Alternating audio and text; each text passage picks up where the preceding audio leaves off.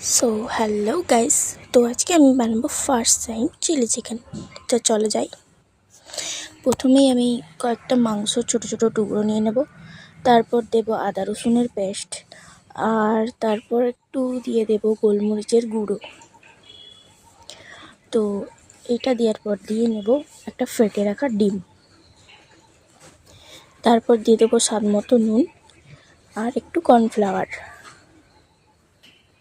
কর্নফ্লাওয়ারটা এখানে 1 চামচ হয়নি, তারপর আমি 2 চামচ দিয়েছিলাম। তারপর এটাকে ভালো করে মিক্স করে নিয়ে একটা কড়াইতে তেল গরম করব। তেলটা ভালো করে গরম হয়ে যাবার পরে এই চিকেনগুলোকে ছেড়ে দেব। এগুলো ভালোভাবে ভাজা হয়ে যাবে, তারপর এগুলোকে নামিয়ে নেওয়ার পর ওই তেলেই দিয়ে দেব আগে থেকে কেটে রাখা ক্যাপসিকাম আর পেঁয়াজ।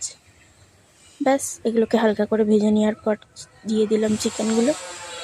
তারপর দিয়ে দেবো মিক্স করা সস। এখানে আমি 3 রকমের সস দিয়েছিলাম, চিলি সস, সোয়া সস আর টমেটো সস। তো এগুলো মিক্স হয়ে যাওয়ার পর দিয়ে দেব আগের থেকে গুঁড়ো করে রাখা গোটা গরম মশলা। তো এগুলো দেওয়ার পর এটা ভালো করে মিক্স করে নেব। মিক্স করার পর দিয়ে দেবো স্বাদ মতো কাঁচা লঙ্কা। ব্যাস, রেডি আমার চিলি চিকেন।